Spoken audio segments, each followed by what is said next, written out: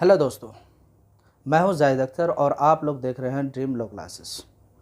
आज हम लोग फिर एक नए टॉपिक के साथ हाजिर हूं और आज हम लोग जानेंगे कि जब आप सिविल सूट फाइल कर देते हो तो केस को आपका रिप्रेजेंट कौन करेगा, कोर्ट में रिप्रेजेंट कौन करेगा केस को। आमतौर से हम लोग जानते हैं कि कुछ वकला लोग होते हैं जो चाहे सिविल मैटर हो चाहे क्रिमिनल मैटर हो, आपका कोर्ट के सामने यानी जज के सामने वो लोग आपके केस को रिप्रेजेंट करते हैं। लेकिन लॉ की लैंग्वेज में उनको हम जो ऑर्डर फॉर हम पढ़ने वाले हैं आज वो है रिकग्नाइज एजेंट या जो है प्लीडर के बारे में बात करता है कि who is the recognise agent and who is the pleader. ये चीज़ें हम जानेंगे आज कि इस टॉपिक में कि प्लीडर कौन होता है, रिकग्नाइज एजेंट क्या होता है या एजेंट क्या होता है। ये चीज़ इंपॉर्टेंट है जिनके बिहाफ पर आप क्या करोगे या जो लोग आपके बिहाफ पर केस फाइल कर सकते हैं किसी कोर्ट में। ठीक, that is the important thing. जब हम ऑर्डर पढ़ते हैं इसका रिकग्नाइज एजेंट एंड प्लीडर का ऑर्डर थर्ड, तो ऑर्डर थर्ड में ये चीज़ बताई गई है कि 3 चीज़ हैं या 3 लोग हैं जो बहुत इंपॉर्टेंट होते हैं जिनकी बुनियाद पर हम केस को फाइल कर सकते हैं या जो हमारे बिहाफ पर कोर्ट के सामने जज के सामने जाकर केस फाइल कर सकते हैं, तब जाकर वो केस प्रॉपर तरीके से जो है चलता है। क्योंकि इन चीज़ों की ज़रूरत कब पड़ती है, इन लोगों की ज़रूरत तब पड़ती है हम लोग जानते हैं कि हमारे यहाँ पर लोग बहुत ज़्यादा एजुकेटेड नहीं हैं या वो डेवलप्ड कंट्रीज़ जहाँ पर बहुत ज़्यादा एजुकेशन का है लेकिन हर कोई लीगल फील्ड का आदमी नहीं होता।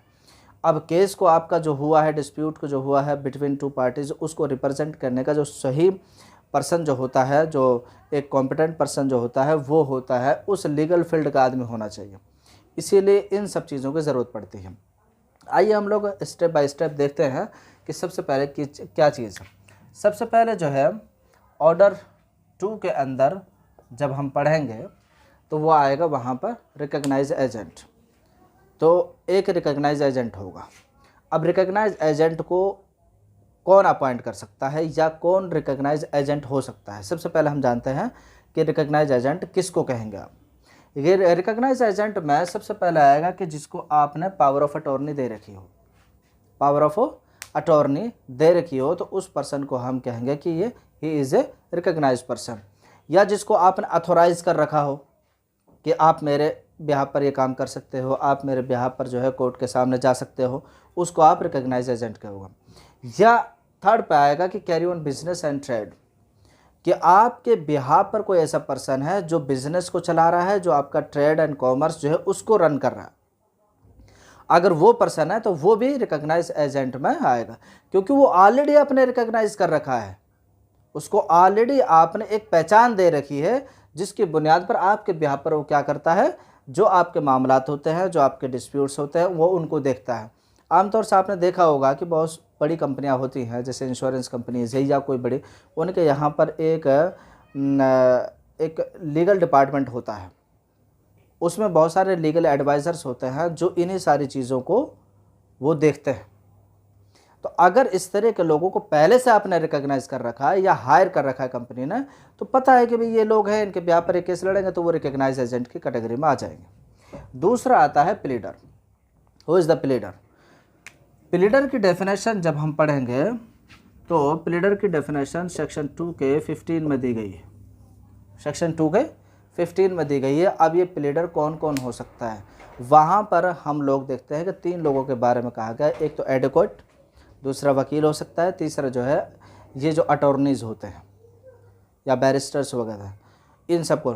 अब हमारा जो जब एडवोकेट एक्ट 1961 जब अप्लाई हुआ तो ये सारे जो अलग कॉन्सेप्ट थे वकील के, अटॉर्नीज़ के या बैरिस्टर्स के, ये सारे ख़त्म कर दिए और हमने सारे कॉन्सेप्ट को एक वर्ड में मर्ज कर दिया और वो है एडवोकेट वर्ड।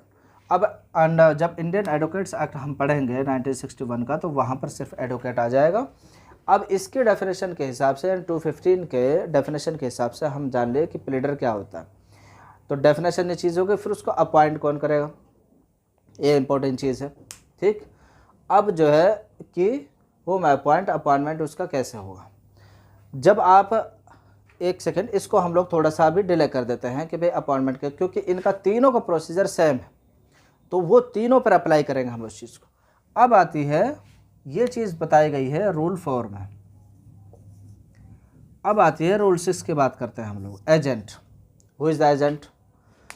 यहाँ पर हमने पढ़ा था रिकॉग्नाइज एजेंट, अब यहाँ पर है एजेंट।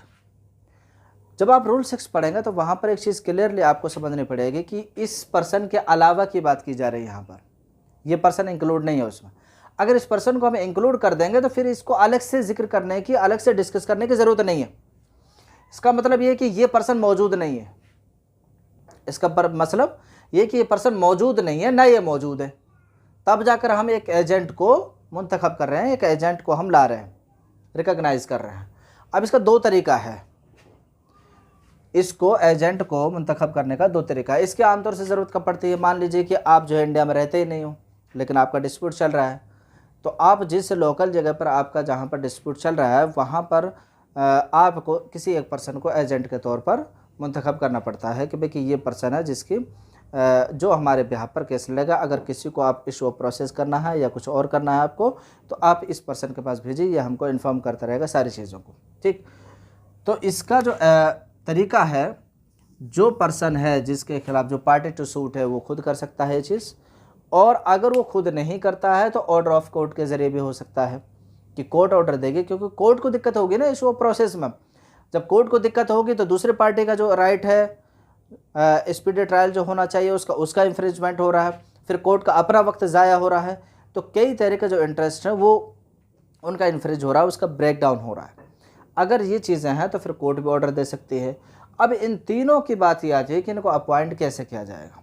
सबसे पहली चीज़ तो ये कि चाहे आप पावर अटॉर्नी दो, चाहे अथोराइज़ करो, चाहे आप किसी पर्सन को रखो, चाहे उसको अपॉइंट करो, चाहे इसको करो, ये सारे के सारे रिटर्न में होंगे। आपको रिटर्न में लिखित देना पड़ेगा कि भाई हम इस पर्सन को अपॉइंट कर रहे हैं अपने लिए, एक चीज़। दूसरा एक, जब आप उसको अपॉइंट रिटर्न में कर दोगे तो आपको फाइल इन द कोर्ट करना पड़ेगा, कोर्ट को बताना पड़ेगा कि ये पर्सन है हमारे बिहाफ पर, इस रिटर्न चीज़ को आपको कोर्ट को देना पड़ेगा। ठीक, तब जाकर माना जाएगा कि हाँ इनके बिहाफ पर ये रिकॉग्नाइज प्लेनर एजेंट है, या प्लीडर है, या ये एजेंट है। ठीक, अब ये है कि कौन कर सकता है इसको भी और कौन कर सकता है इसको भी, इन लोगों को कौन कौन कर सकता है। तो सबसे पहली चीज़ आप जान लीजिए कि बाय सच पर्सन, जो पार्टी टू सूट है वो कर सकता है। ठीक, जो अगर मैं एग्रीड पार्टी हूँ या मैं पार्टी टू सूट हूँ, मैं चाहता हूँ कि मेरे बिहाफ पर कोई प्लीडर लड़े, मैं चाहता हूँ कोई रिकॉग्नाइज एजेंट हो वो मेरे बिहाफ पर केस को फाइल करे, या कोई एजेंट मैं मुंतखब करना चाहता हूँ या उसको इलेक्ट करना चाहता हूँ, तो वो अपॉइंट करना चाहता हूँ, तो वो मैं खुद कर सकता हूँ। ठीक, अब दूसरा पर्सन कौन होगा कि एजेंट कर सकता है आपका। मेरा कोई एजेंट है वो भी कर सकता है, क्योंकि उसको पावर है इस चीज़ों का। मैंने किसी काम के लिए किसी एजेंट को रख लिया तो मैं प्रिंसिपल हो गया, वो एजेंट है। अब मैंने एजेंट को किसी काम के दे रखा है कि भाई ये सारी चीज़ें तुमको देखनी है, इसमें क्या डिस्प्यूट होगा वो भी तुमको देखना, उसको रिजॉल्व कैसे करना है ये भी तुमको देखना, उसको फुल अथॉरिटी मैंने दे रखी है। तो वो क्या करेगा मेरे बिहाफ पर, वो ऐसे ही काम करेगा जैसे कि मैं खुद कर रहा हूँ, तो वो एजेंट कर सकता है। तीसरा कौन है? अथॉराइज्ड पर्सन कर सकता है। मैंने किसी को अथॉरिटी ट्रांसफ़र कर दी अपनी, ट्रांसफ़र ऑफ अथॉरिटी, कि आपको मैं ये अथॉरिटी दे रहा हूँ कि आप मेरे बिहाफ पर या तो खुद लड़ लो या फिर क्या कर लो, किसी इन तीनों में से किसी एक को अपॉइंट कर दो आप। तो अगर मैंने किसी को अथॉरिटी दे दी तो वो भी कर सकता है। और उसके बाद है पावर ऑफ अटॉर्नी की बात आती है। ठीक है, पावर ऑफ अटॉर्नी आमतौर से सिर्फ उन केसेस में आती है कि मान लीजिए कि जैसे आपने कोर्ट में देखा होगा कि सीनियर एडवोकेट मौजूद नहीं है, या एक ही विक्टिम की तरफ से, एक ही पार्टी की तरफ से जो है 2 एडवोकेट या 3 एडवोकेट हैं। ठीक, या सिमिलर कोई इंटरेस्ट है, तो एक एडवोकेट क्या करता है कि पावर ऑफ अटॉर्नी दूसरे एडवोकेट को दे देता है कि ठीक है यार तुम इसी केस को मेरी तरफ से देख लो। एक केस में, एक एक्शन में एक से ज़्यादा एडवोकेट हो सकते हैं। अब वो जब आप डिस्कशन की या प्रेजेंटेशन की बात आती है तो एक एडवोकेट दूसरा एडवोकेट क्या करता है कि वो पावर ऑफ अटॉर्नी लिख के देता है, ठीक है आप मेरे बिहाफ पर ये चीज़ कर सकते हो और ये चीज़ हो सकती है। ठीक है, इन 4 चीज़ों की बुनियाद पर या इन 4 तरीक़ों के बुनियाद पर हम क्या कर सकते हैं कि इन लोगों को अपॉइंट कर सकते हैं कि एक तो खुद पर्सन कर सकता है, दूसरा एजेंट कर सकता है, तीसरा अथॉराइज पर्सन कर सकता है, या पावर ऑफ अटॉर्नी देकर हम कर सकते हैं। ठीक है, अब आप जान लीजिए कि ये लोग तीनों जो हैं इनके ऊपर सर्विस ऑफ समन की बात होती है। सर्विस ऑफ समन नहीं, प्रोसेस की बात होती है कि अब कोर्ट का जो प्रोसीजर है, उसकी जो नोटिसेस है, जो उसका प्रोसीजर है, जो भी उसका तरीका है, वो सारा फाइल किया जाएगा। उसको इन पार्टीज़ के पास उसको भेजना है। कोर्ट की जो नोटिफिकेशंस होती हैं, जो उसके समन्स होते हैं या अदर चीज़ें जो होती हैं, इश्यू ऑफ प्रोसेस की बात आती है। तो इसके ऊपर भी हो सकता है एंड इसके ऊपर भी हो सकता है, इसके ऊपर भी हो सकता है। इसकी बात कहाँ की गई है? रूल 3 के अंदर। इसकी बात कहाँ की गई है? रूल 5 के अंदर। और इसकी बात 6 के अंदर की गई है। ठीक, कि इशू ऑफ प्रोसेस जो होगा उसको आप कैसे सर्विस करोगे इन लोगों के पास, क्योंकि आपने जब किसी को दूसरे को मुंतखब कर दिया तो अब इशू ऑफ प्रोसेस उन्हीं के ऊपर होगा। कैसे करोगे आप? तो एक चीज़ तो सबसे पहले आप जाने, जब आपने अथॉरिटी ट्रांसफ़र कर दी तो वो आपकी जगह पर सब्स्टिट्यूट हो गया है। मैं अगर यहाँ पर ए पर्सन हूँ और बी पर्सन यहाँ पर खड़ा हो गया और मैं कहता हूँ कि आज मेरे जितने पावर्स है मैं इसको दे रहा हूँ, अब ये डिस्प्यूट जितना भी कोर्ट में चलेगा, जितने साल भी चलेगा, ये ए पर्सन लड़ेगा। तो आज का मतलब ये है कि अगर मैं हूँ आज, तो ए पर्सन जो मैं हूँ ये ए पर्सन बन गया ऑटोमेटिकली, भले से इसका नाम कुछ और है, लेकिन ये आपकी पोजीशन पा गया। अब यहाँ पर नहीं है, ये एक्चुअल में यहाँ पर कहा जाएगा कि जैसे कि मैं खुद लड़ रहा हूँ। तो उसको जो इशू ऑफ प्रोसेस किया जा सकता है, और वो इस तरह से किया जाएगा कि जैसे मैंने खुद ए पर्सन को जो पार्टी टू सूट है उसको कर रहा हूँ। ठीक, एक चीज़। दूसरा वो है कि वो ड्यूली प्रोसेस माना जाएगा, एक वैलिड प्रोसेस माना जाएगा। ऐसा नहीं कि उसको ऑब्जेक्शन नहीं किया जा सकता। कल को अगर पार्टी हार गई और ऑब्जेक्शन करना चाहती है उस पर कि भाई मुझे तो पता ही नहीं था इन चीज़ों का, हो सकता है भाई आपने अथोराइज़ किया था, अब अगर आपके एजेंट ने, आपके रिकग्नाइज प्लीडर ने आपको इन्फॉर्म नहीं किया तो ये आपकी गलती है या उनकी गलती है, आप जानो। लेकिन कोर्ट का जो प्रोसीजर था वो वैलिड प्रोसीजर था, उस पर आप ऑब्जेक्शन नहीं कर सकते, उसके लिए कोई सूट नहीं ला सकते, आप उस ऑब्जेक्शन को रेज ही नहीं कर सकते आप। इसी वजह से उसको कहा जाता है कि वो ड्यूली प्रोसेस माना जाता है।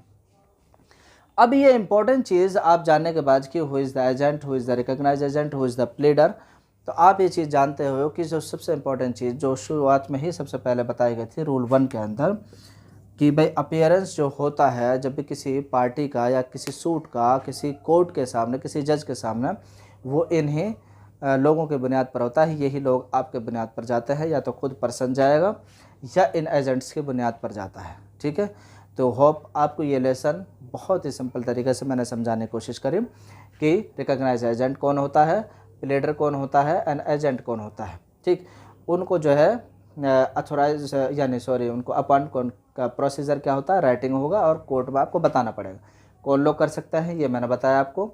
उसके बाद फिर मैंने बताया कि सर्विस ऑफ प्रोसेस उनको ऊपर कर सकते हैं आप, और जब कोर्ट में अपीयरेंस आपकी होगी तो यही लोग आपके बिहाफ पर आते हैं। होप आपको लेसन बहुत अच्छा लगा होगा, आपको समझ में आया होगा। आप कमेंट करके मुझे बताइए कि आपको लेसन कैसा लगा, और अगर आप मेरे चैनल पर नए हैं तो आप इसको सब्सक्राइब कर लीजिए, लाइक कीजिए, शेयर कीजिए, और हमें बताइए कि हम इस तरह के इंटरेस्टिंग लेसन को और ज़्यादा कैसे इंटरेस्टिंग बना सकते हैं। Thank you very much.